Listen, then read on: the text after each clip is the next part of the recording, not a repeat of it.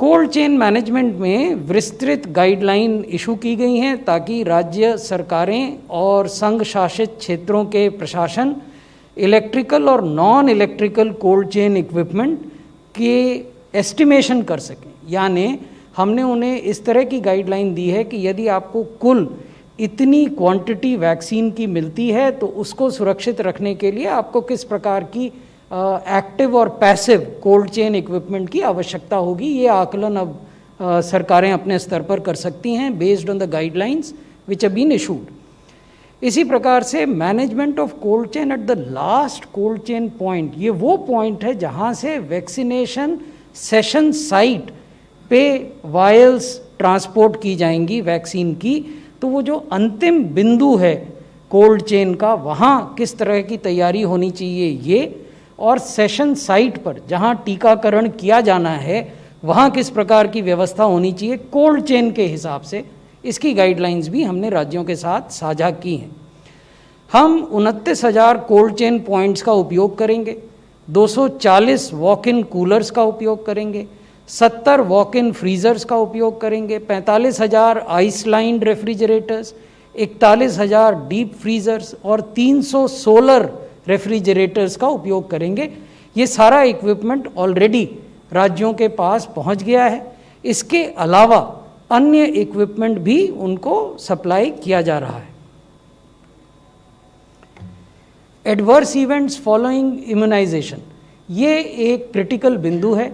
जब हम universal immunisation programme करते हैं जो हम अनेक दशकों से इस देश में करते आ रहे हैं, तो भी बच्चों में और गर्भवती माताओं में कुछ कुछ प्रतिकूल प्रभाव दिखाई देते हैं टीकाकरण के बाद। तो इसलिए जब भी हम कोविड-19 का वैक्सीनेशन प्रारंभ करेंगे तो उस समय भी एडवर्स इवेंट्स की संभावनाओं से इनकार नहीं किया जा सकता है। जिन देशों में इम्यूनाइजेशन प्रारंभ हुआ है, विशेषकर यूके, वहाँ पहले ही दिन एडवर्स इवेंट्स हुए हैं। तो इसलिए ये आवश्यक है कि राज्य सरकारें और संघ शासित क्षेत्र इसके लिए भी तैयारी करें।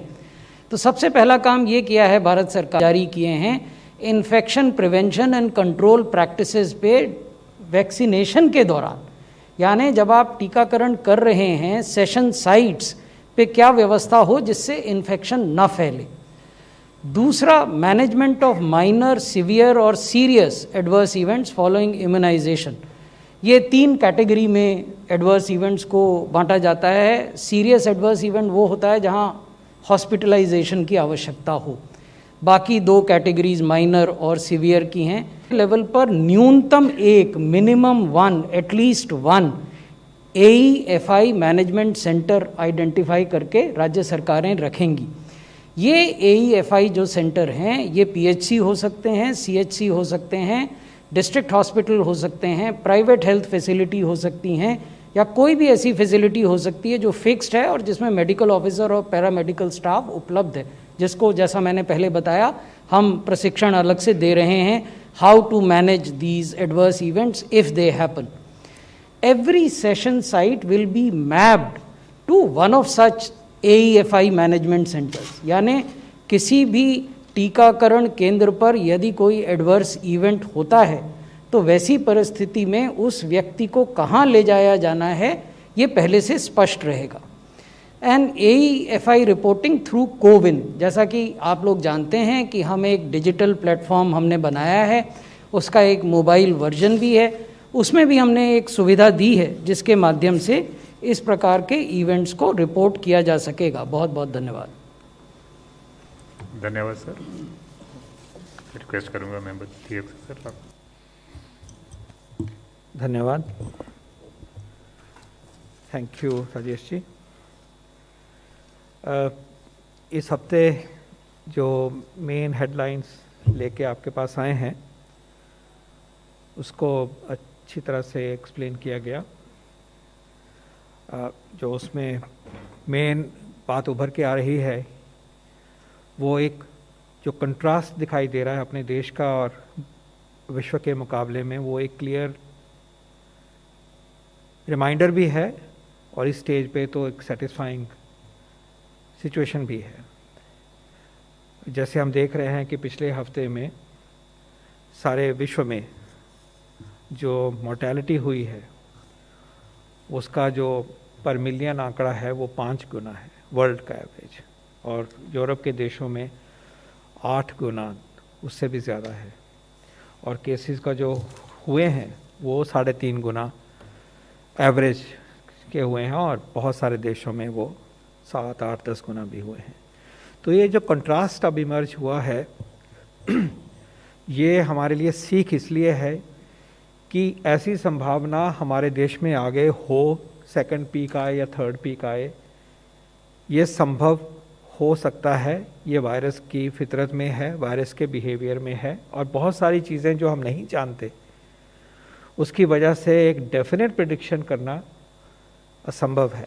तो ये याद दिलाता है कि सिचुएशन ठीक होके भी बहुत सारे देशों में बहुत ख़राब तरीके से और बहुत बुरे तरीके से एक भयानक पिक्चर लेके हमारे सामने आ रही है। तो we have to be very careful. So the lesson is don't take the situation for granted, and the other part of this is the optimistic scenario, reassuring thing. The good news is that the cases are declining, mortality is declining, it's well below 400 per day. Cases have come down to almost 22,000. This is the kind of number that we all experienced in the month of July. So that is very reassuring. As a nation, we seem to be now doing very well. We are saving lives. But remember, this cannot be taken for granted, because an overwhelming proportion of our people, our citizens, we all are still very, very susceptible to this virus. Don't take it for granted. So that is the first message, and of course the reassuring thing is that people are also saying that the R0 has come below 1, so the pandemic is shrinking. We should be happy about that, but cautiously happy.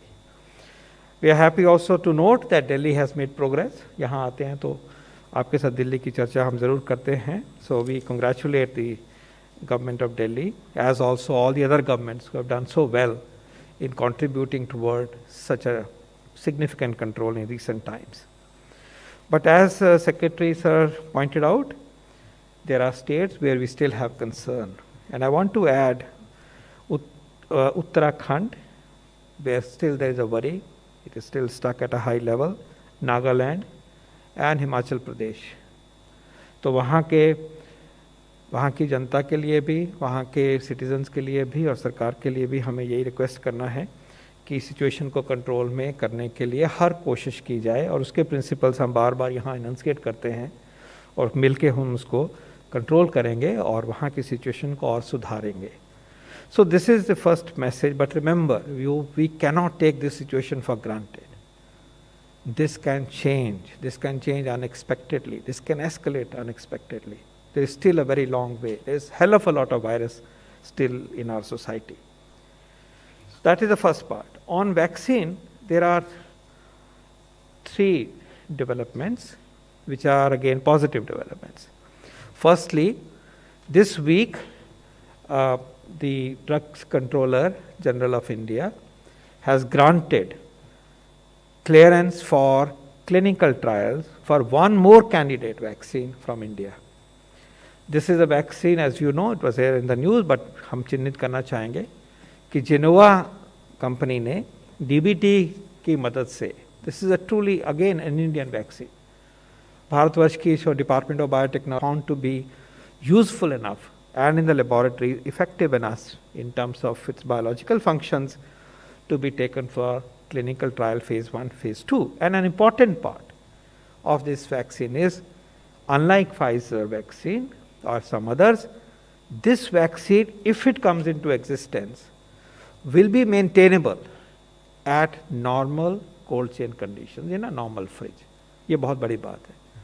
mRNA vaccine -70 की बात सुनते हो, और यहाँ हम कह रहे हैं नॉर्मल कोल्ड चेन, जिसका कि हमने आपको बहुत अच्छा अपडेट दिया. तो ये पहली डेवलपमेंट है जो कि हमें गर्व कराती है, और वैक्सीन की श्रृंखला में एक अच्छी पाइपलाइन को डेवलप दिखाई दे रहा है. तो अब हमारे 3 वैक्सीन अपने हो गए हैं, Bharat biotech ICMR vaccine, Zydus Cadila vaccine, और तीसरा जिनेवा डीबीटी वैक्सीन। इसके अलावा आपको मालूम है कि 3 और वैक्सीन ट्रायल्स में है। सीरम का वैक्सीन है और स्पुतनिक रशियन वैक्सीन है डॉक्टर रेड्डीज लेबोरेटरी के द्वारा, और बायोलॉजिकल ई एक वैक्सीन है जो कि फेज़ 1 फेज़ 2 में है। तो अब हमारे पास 6 vaccine at this time are undergoing clinical trials, human trials in our nation. So ये एक बहुत इंपॉर्टेंट बात है।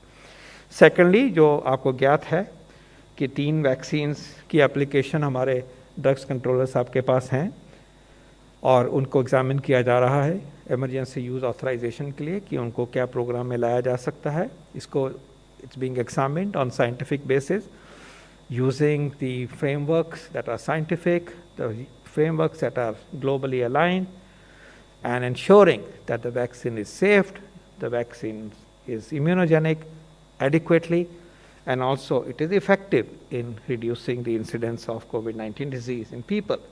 ये 3 applications under considerations हैं, इनका iterative process है, data मांगा जाता है, data दिखाया जाता है, और this independent process, objective process आगे बढ़ाया जा रहा है।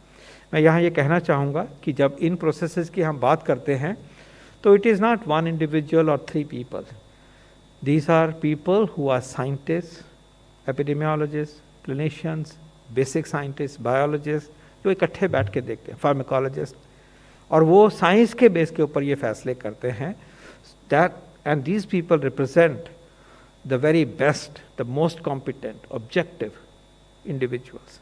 तो ये सिस्टम इस तरह से हमारा सशक्त सिस्टम है कि इसकी धाक है दुनिया में, और जो भी ये सिस्टम्स के द्वारा वैक्सीन आज तक आए हैं उन वैक्सीन्स ने अपना काम करके दिखाया है।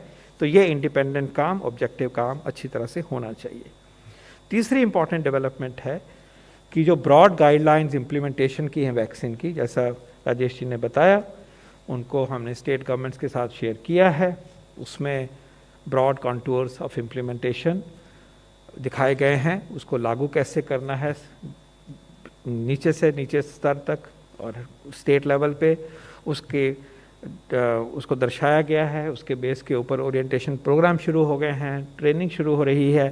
तो ये भी बहुत सिग्निफिकेंट डेवलपमेंट है कि हमारा जो इम्प्लीमेंटेशन कार्यक्रम है वो अब स्टेट की तरफ बढ़ गया है और एक्शन की तरफ चला गया है। उसमें जो एडवर्स इफ़ेक्ट की बात कही है सेक्रेटरी सर ने, वो बड़ी इंपॉर्टेंट बात कही है कि उसमें एडवर्स इफ़ेक्ट अगर आते हैं तो उसको कैसे टैकल करना, कैसे बचाना, कैसे रिपोर्ट करना, कैसे ऊपर एक्शन लेना, हमारा एक बहुत ही इंपॉर्टेंट केंद्र बिंदु है।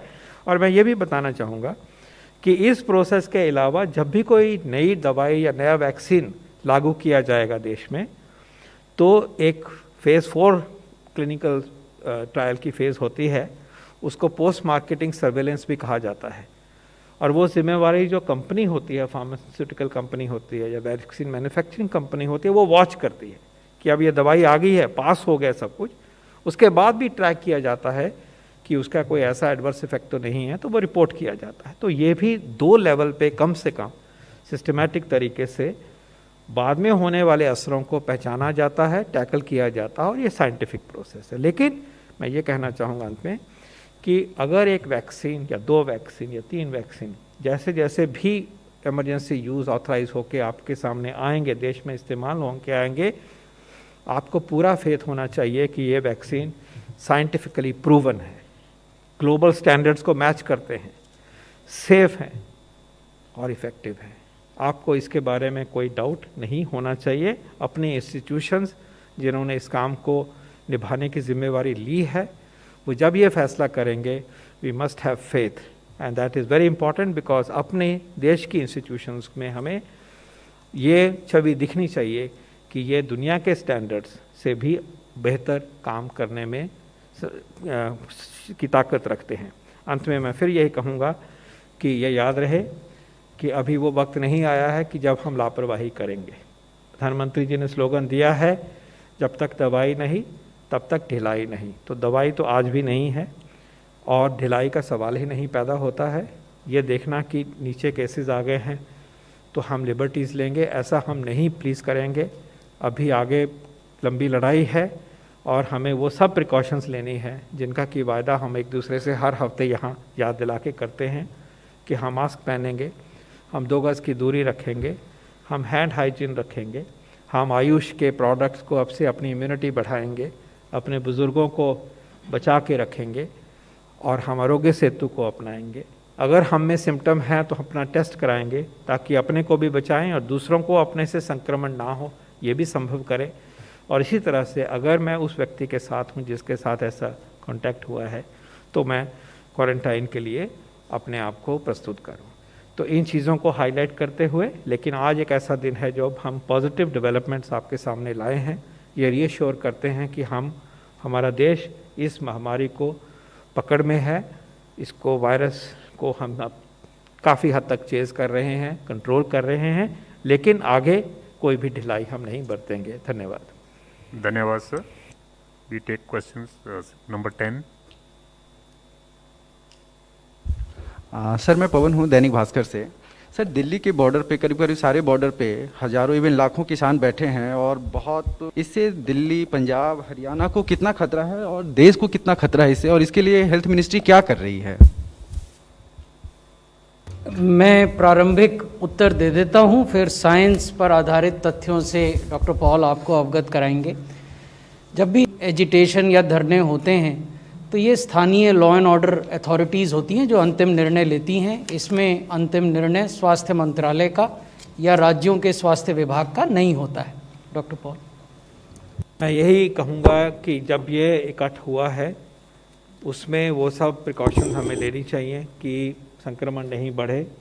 ये मैसेजेस पहुंचाए जा रहे हैं सरकार की तरफ से और इसमें हमें आप अपनी तरफ से भी इस बात को आगे बढ़ाना चाहिए कि इस संक्रमण के टाइम पे जो कोविड अप्रोप्रिएट बिहेवियर है उनकी तरफ ढिलाई नहीं होनी चाहिए। हमें इसके लिए सबके साथ की ज़रूरत है और मैं यही अपील करूँगा आपकी तरफ से भी, सरकार की तरफ से, कि उन बिहेवियर्स को हमें नहीं भूलना है। डेमोक्रेसी के प्रोसेसेस चलने चाहिए, लेकिन साथ में जो एक डेंजरस सिचुएशन बनी हुई है उससे अपने आप को बचना और समूह को बचाना भी हम सबकी जिम्मेवारी है। 152। So Sneha from CNN, I just want to ask you, there are some reports in Gangaram Hospital in Delhi of some sort of a fungal infection. Doctors are saying it's because of COVID and it's leading to patients losing their eyesight. Is that correct? What is your assessment? Are you aware of this also? हाँ, aware हैं, कुछ बताया गया है, information है हमारे पास। तो ये एक फंगल डिजीज़ होती है और जब डायबिटिक्स में पर्टिकुलरली इस सिचुएशन पहले भी कोविड की एब्सेंस में भी ये डिज़ीज़ आती है और ये काफ़ी डेवस्टेटिंग डिज़ीज़ होती है, एक डीप इन्फेक्शन होती है। इसका जो क्योर है आसान नहीं होता। तो कोविड में क्योंकि एक ऑलराउंड सिस्टमिक स्प्रेड होता है, डिप्रेशन होता है सब ऑर्गन फंक्शंस में, किसी में ज़्यादा, किसी ऑर्गन सिस्टम में कम। तो जैसे जैसे कोविड के बारे में ज़्यादा इन्फॉर्मेशन मिलती जा रही है, ये चीज़ें कुछ चीज़ें सामने आई हैं। So it is not surprising, उसके जो प्रोटोकॉल हैं उन्होंने ठीक उसी तरह से ही काम किया है, लेकिन ये एक नई इन्फॉर्मेशन सामने आई है। हमें चौकन्ना रहना चाहिए और ये इसी बात को दर्शाता है कि ये डिज़ीज़ अपने आप में एक बहुत माइल्ड डिज़ीज़ भी हो सकती है, बिना सिम्टम की भी डिज़ीज़ हो सकती है, लेकिन एक बहुत बहुत सीरियस रूप भी ले सकती है और ऐसी कॉम्प्लिकेशंस भी अभी देखने में आ रही हैं जो कि अभी तक ऐसी डिस्क्राइब नहीं थी। Sir, we take online question. What is the current status of emergency use authorization of COVID vaccine post SCC recommendation? How will it affect vaccine timelines in the country?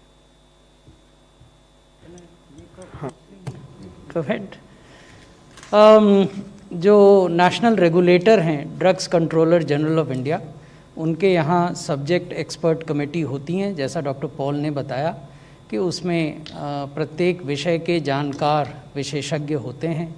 Subject expert committee ने जो 3 applications उनके सामने थीं, Pfizer, serum institute of India और Bharat biotech, उनका विश्लेषण किया, अतिरिक्त आंकड़ों की मांग की है। वो अतिरिक्त आंकड़े तीनों एप्लीकेंट्स द्वारा उनको समर्पित किए जाएंगे, उसके आधार पर वो विचार करेंगे। इस पूरे विचार विमर्श के प्रोसेस से वैक्सीनेशन की टाइमलाइंस पर कोई असर पड़ेगा, ऐसा हमारा मानना नहीं है। Doctor Paul. हमारी तैयारी, जैसे हम आपको बता रहे हैं, पूरी तरह से ठीक तरीके से टाइमलाइंस के हिसाब से चली हुई है। और जैसे बताया गया जो लाइन लिस्टिंग है हमारे हेल्थ वर्कर्स की वो बिल्कुल तैयार है। तो इसमें कोई चेंज नहीं है, क्योंकि इतने ही ये स्टेज आना और उसको फैक्टर इन करना पहले से ही सोचा गया है, क्योंकि ये इमरजेंसी यूज़ ऑथराइजेशन है। पूरा ट्रायल तो अभी यहाँ ख़त्म होना है, तो इसके पहले सोचा जा रहा है कि इस ऐसे पॉइंट पे रुकें जहाँ पे कि रीजनेबल से भी ज़्यादा सेटिस्फेक्शन हो कि अब सब ठीक है उन्हीं 3 पैरामीटर्स पे जिसकी मैंने चर्चा करी, सेफ्टी, इम्यूनोजेनिसिटी एंड इफेक्टिवनेस। तो वो जब उस पॉइंट के लिए आप साइंटिफिक इंक्वायरी करते हो तो और डेटा मांगते हो और इन्फॉर्मेशन मांगते हो, एक रोलिंग रिव्यू की तरह सिचुएशन है ये, तो इसको साइंटिफिक प्रोसेस मानना चाहिए। This is all been factored in and we are looking forward to good decision soon. Number 14।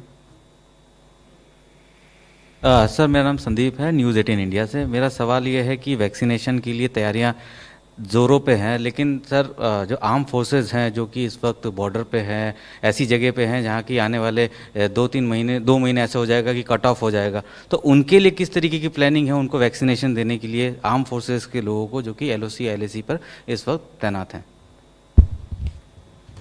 जैसा हमने पहले आपको आपके संज्ञान में लाया था कि प्रत्येक ज़िले में जो LOC का इलाका है या बॉर्डर का इलाका है वो किसी न किसी प्रशासकीय ज़िले का हिस्सा है।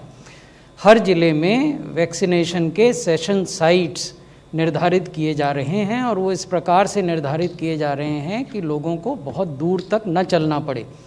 जहां आर्मी या पैरामिलिट्री फोर्सेस की यूनिट्स तैनात हैं वहां यूनिट के भीतर भी वैक्सीनेशन सेशन साइट्स की स्थापना करने का अधिकार राज्य सरकारों को दिया गया है। Last question 13। So, as you said that the drug regulator will take into account safety, immunogenicity and efficacy before giving approval to any vaccine. However, you also briefed us about the elaborate setup that has been put in place for AEFI. We already do a lot of vaccinations, AEFI happens, but what is it about this vaccine, if it is going to take into account safety data and all of that, what is it about this vaccine that requires bigger arrangement for AEFI monitoring and treatment and all of that? 3 parameters. Firstly, this is an adult vaccine.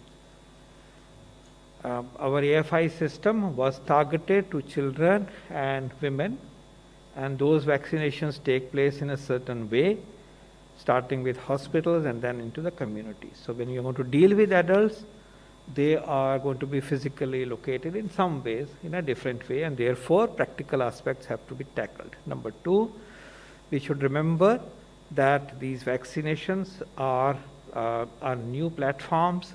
Number 3, multiple platforms, not just new, but also different platforms. That brings in complexity.